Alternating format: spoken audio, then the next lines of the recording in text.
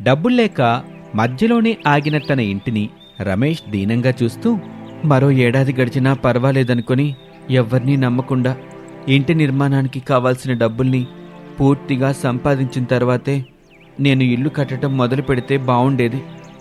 ఆ మోహన్ గాడు ఇస్తానని చెప్పి చివరికి హ్యాండ్ ఇచ్చి ఎక్కడికో పారిపోయాడు.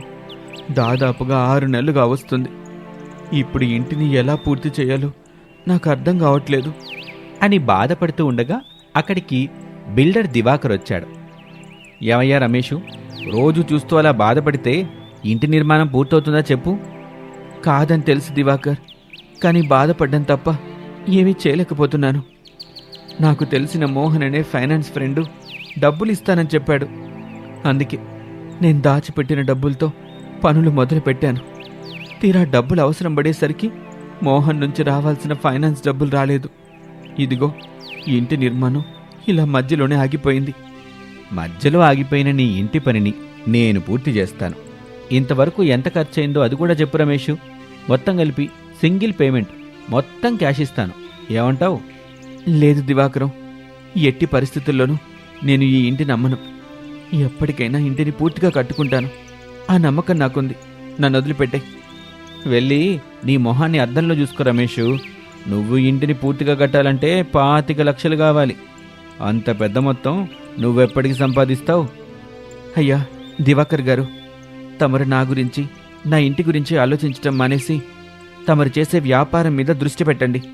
బాగా సంపాదించుకోండి. నన్ను వదిలిపెట్టండి. ఇప్పుడు నేను చేస్తున్న పని అదే రమేషు. నా దగ్గర వర్కౌట్ కాదని అర్థమైంది కదా దివాకర్ బాబు. ఇక నన్ను వదిలిపెట్టి ఇక్కడి నుంచి వెళ్ళండి.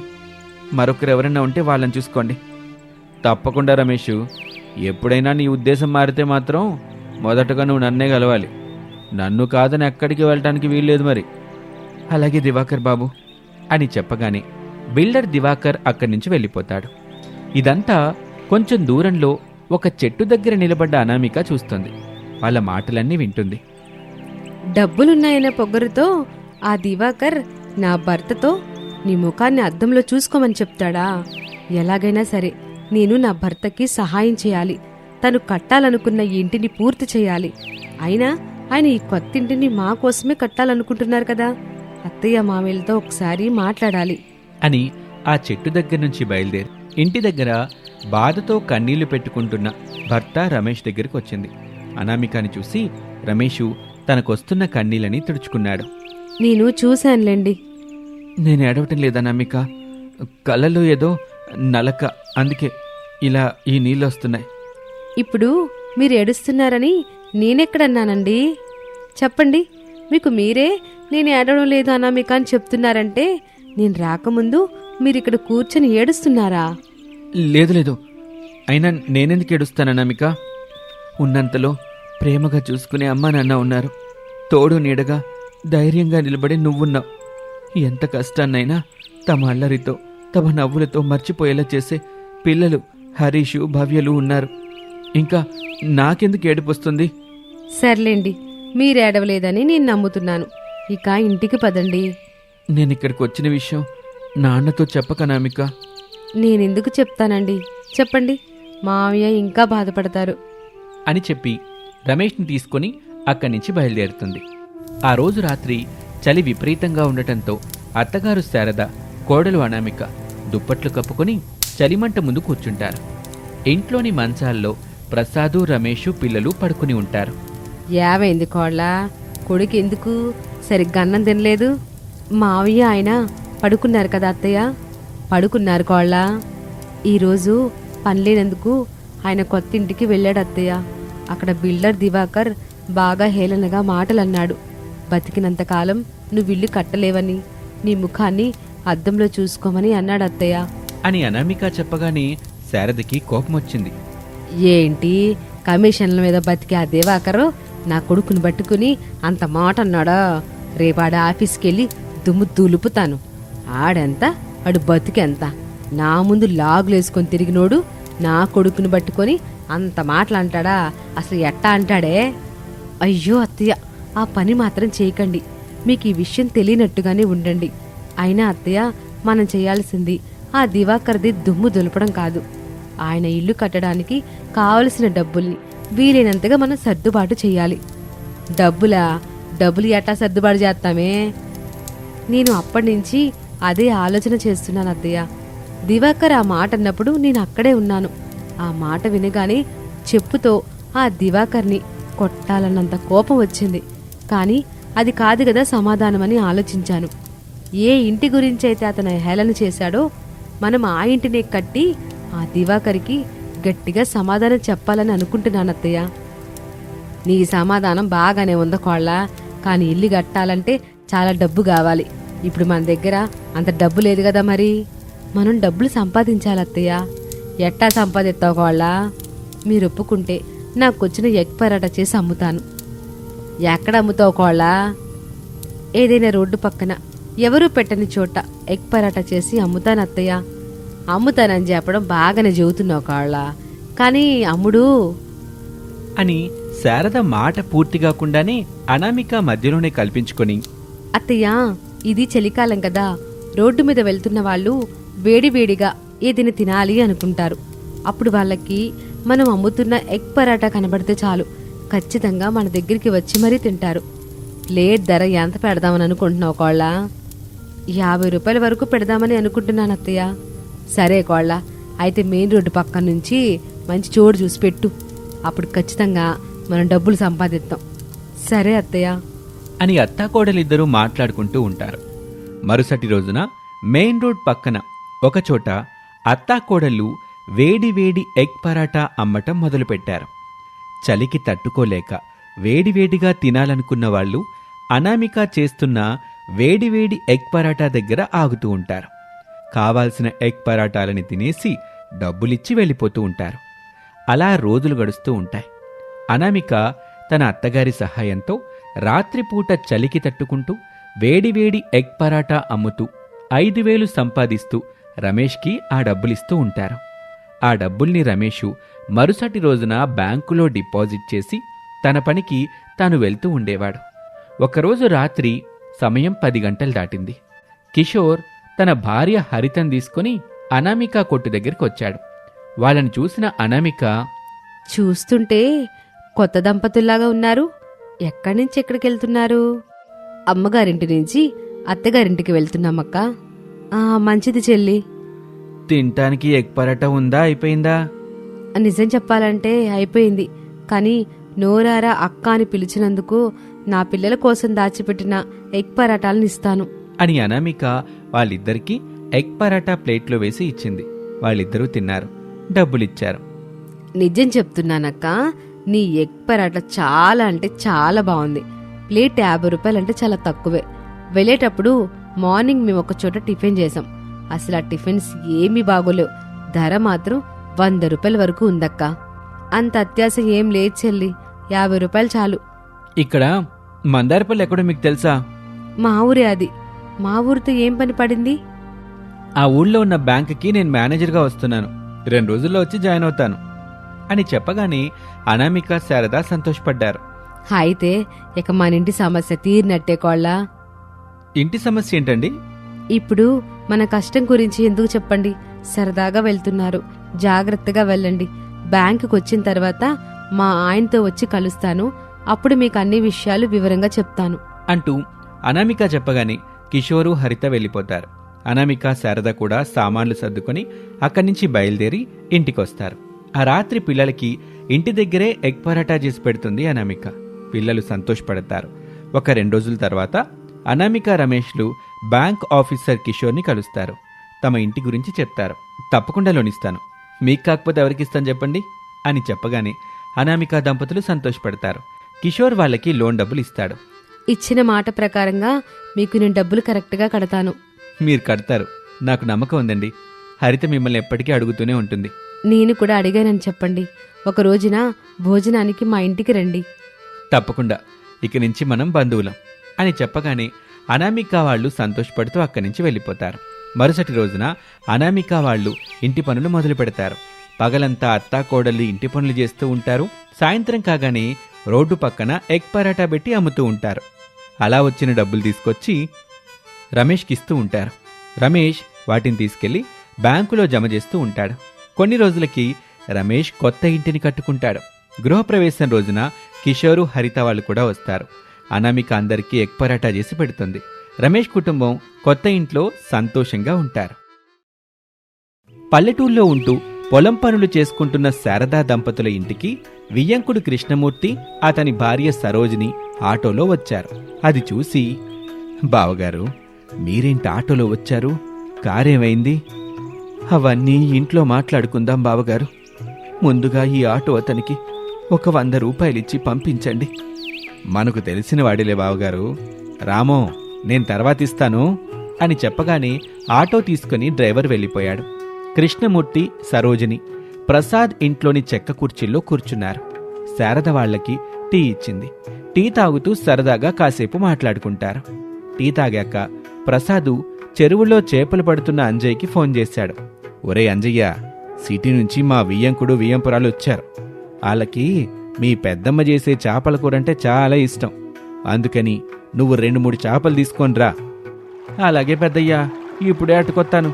సిటీ నుంచి రమేష్ అన్న, వదిన పిల్లలు కూడా వచ్చారా? పిల్లలు బాగున్నారా? కొడుకు కోళ్ళు పిల్లలు రాలేదురా. కోడలు తల్లిదండ్రే వచ్చారు. వాళ్ళకి మనం మర్యాద చేసుకోవాలిగా. సరే పెద్దయ్యా, చేపలు అట్టుకొని ఇంటికి తీసుకొస్తాను. పెద్దమ్మకి చెప్పి మసాలా రెడీ చేయమనండి. నేను చెప్తానులేరా అని ఫోన్ పెట్టేశాడు ప్రసాద్.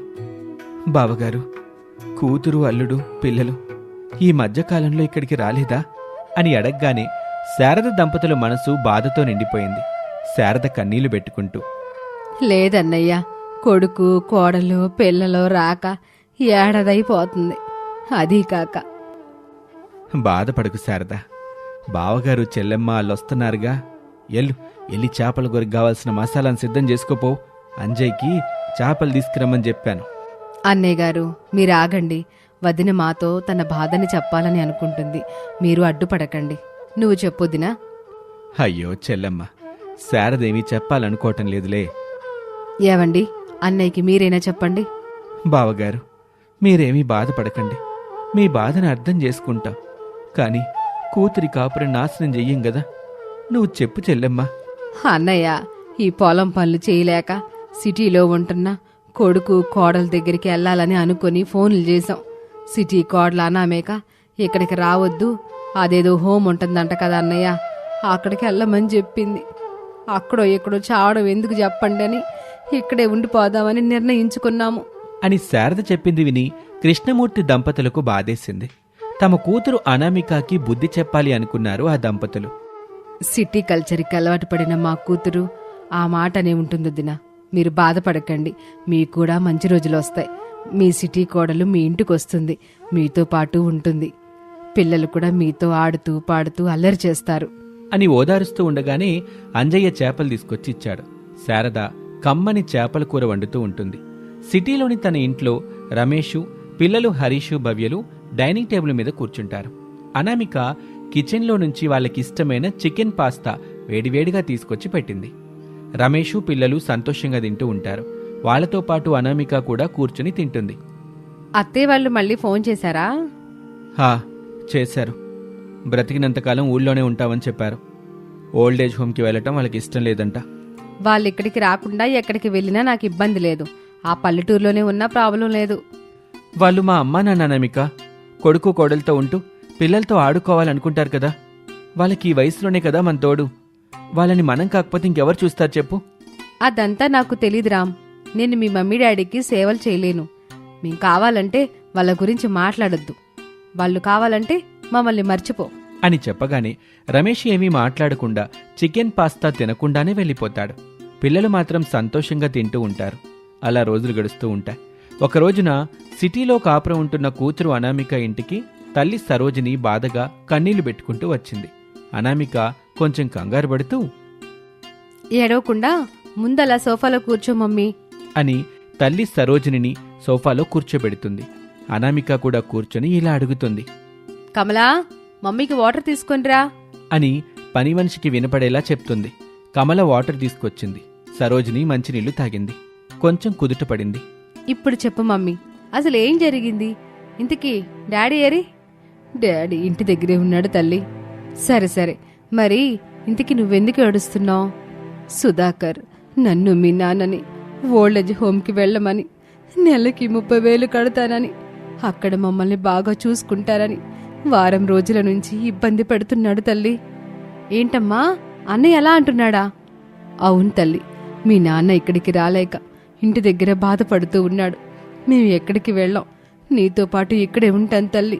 అల్లుడు గారితో మాట్లాడు, కావాలంటే ఆ 30,000 నువ్వే తీసు. చచా, డబ్బులు నాకెందుకు మమ్మీ, మీరు నా పేరెంట్స్. నన్ను ఇంత పెద్దదాన్ని చేశారు, పెళ్లి చేశారు, మంచి భర్త, బంగారం లాంటి పిల్లలు. ఈ జీవితం మీరిచ్చిందే కదా మమ్మీ, బాధపడద్దు. ఆయన ఆఫీస్ నుంచి రాగానే నేను మాట్లాడతాను, నువ్వు రెస్ట్ తీసుకో. అమ్మాయి, అల్లుడు గారు ఏమనుకోరు కదా? ఆయన చాలా మంచివారు మమ్మీ. పైగా మీరంటే ఆయనకి ప్రత్యేకమైన అభిమానం. మిమ్మల్ని తన మదర్లా చూసుకుంటాడు. అవును తల్లి, ఇక్కడ అల్లుడు మనసు బంగారం, అక్కడ కొడుకు మనసు ఎత్తడైంది. భార్య పిల్లలొచ్చాక ఎందుకు ఈ కొడుకులు ఇలా తయారవుతారు? తల్లిదండ్రులను పట్టించుకోరు, భారం అనుకుంటారు. ఎందుకు దూరం పెట్టాలని అనుకుంటారో అర్థం కాదు. అది అన్నయ్య తప్పు కాదు మమ్మీ, వదిన సుకన్య తప్పు. ఎక్కడ మీకు సేవలు చేయాల్సి వస్తుందేమోనని ఇలా ఓల్డేజ్ హోమ్కి పంపించి ఏర్పాట్లు చేస్తుంది ఆవిడ. ఈ కోడళ్ళు మొత్తం ఇంతేనా? అయినా ఈ కోడళ్ళకి ఎందుకు అర్థం కాదు తల్లి? వాళ్ళు కూడా ఒక ఇంటి నుంచి వచ్చిన వాళ్లమని, వాళ్ళకి అమ్మా నాన్న ఉంటారని వాళ్ళు అత్త మామల్ని దూరం పెడితే అంటూ ఆపేసి అనామిక వైపు చూసింది. సరిగ్గా అనామిక ఆలోచనలో పడింది. తనలో తాను ఇలా అనుకుంటుంది. నేను మా అత్తయ్య మావేల్ని వద్దని చెప్పినట్టుగా ఓల్డేజ్ హోంలో చేర్పించాలని చూసినట్టుగా మా వదిన కూడా అలాగే ఆలోచిస్తుందా? ఖచ్చితంగా అనుకుంటుంది. మా ఆయన తల్లిదండ్రులకు నేనెలా సేవ చేయలేనని, వాళ్లతో కలిసి ఉండలేనని చెబుతున్నానో మా వదిన కూడా అలాగే మా అన్నయ్యకి చెప్పేసి ఉంటుంది. ఇక్కడ రామ్ ఎలాగో సైలెంట్గా ఉన్నాడో అక్కడ మా అన్నయ్య కూడా అంతే సైలెంట్గా ఉండే ఉంటాడు. ఇప్పుడేం చేయాలి అని అనుకుంటూ ఉండగా సరోజిని అనామికాని కదిపింది. ఏమైంది తల్లి, ఏదో ఆలోచిస్తున్నావు? ఏం లేదు మమ్మీ. ఈ ఎల్లుళ్ళు ఎంత మంచి వాళ్ళంటే తల్లి, తన భార్య తన తల్లిదండ్రులను సరిగ్గా చూడకపోయినా, అసలు ఏమాత్రం గౌరవం ఇవ్వకపోయినా లోపల బాధపడుతూ అత్తమామల్ని మాత్రం మర్యాదగా చూస్తారు, అన్ని విధాలా సపర్యలు చేస్తారు. ఇక్కడ అర్థం కాని విషయం ఏమిటంటే, నా తల్లిదండ్రులని నువ్వు వద్దనుకున్నప్పుడు నీ తల్లిదండ్రులు కూడా వద్దని ఎందుకు చెప్పలేకపోతున్నారు? నాకు మాత్రం ఏం తెలుసమ్మా. ఎందుకంటే అల్లుళ్ళు అత్తమామల్లో తమ అమ్మ నాన్నని చూసుకుంటారు, కోడలు మాత్రం అత్తమామల్ని కొరివి దెయ్యాలుగా చూస్తుంది అని చెప్పగానే అనామిక మౌనంగా అక్కడి నుంచి వెళ్ళిపోతుంది. అలా సమయం గడుస్తూ ఉంటుంది. ఆ రోజు రాత్రి రమేష్ ఆఫీస్ నుంచి ఇంటికొచ్చాడు. డైనింగ్ టేబుల్ మీద కూర్చొని చపాతీ తింటున్న అత్తగారు సరోజిని కనిపించింది. ప్రేమగా పలకరించాడు. తన మామగారి గురించి అడిగాడు. అతను తినటానికి కూర్చున్నాడు. అనామిక వడ్డించింది. సరోజిని విషయం చెప్పింది.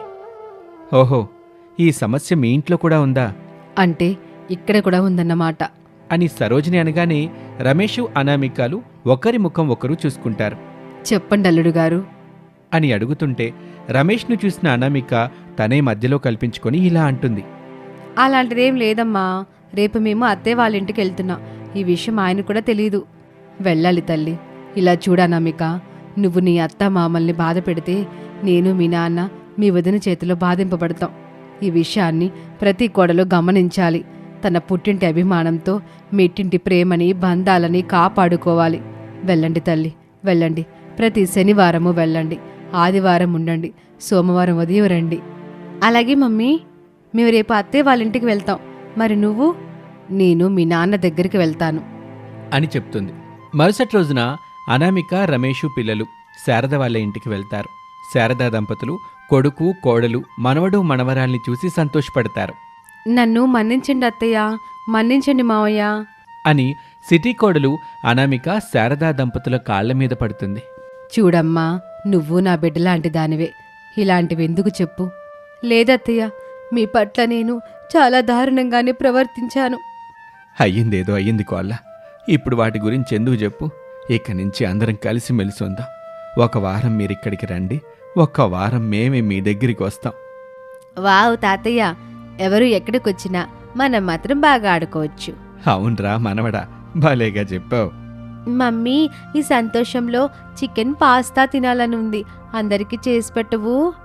షూర్ భవ్య, ఇప్పుడే చేసి పెడతాను అని సిటీ కోడలు అనామిక ఊళ్ళోని చికెన్ షాప్కి వెళ్ళి చికెన్ తీసుకొచ్చి కిరాణా షాప్కి వెళ్ళి పాస్తా కూడా తీసుకుంటుంది. ఇక తన అత్తగారి మట్టింట్లో కట్టెల పొయ్యి మీద అందరికీ తనకి బాగా వచ్చిన చికెన్ పాస్తా చేసి పెడుతుంది. అందరూ సంతోషంగా తింటూ ఉంటారు.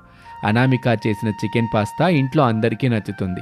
బాగా చేశావంటూ అనామికని పొగుడుతూ ఉంటారు. ఇలా ఈ కుటుంబం సంతోషంగా జీవిస్తూ ఉంటుంది. ఇది ఇవాల్టి కథ. మరొక ఆసక్తికర కథలో మళ్ళీ కలుద్దాం. అంతవరకు సెలవు. నమస్తే.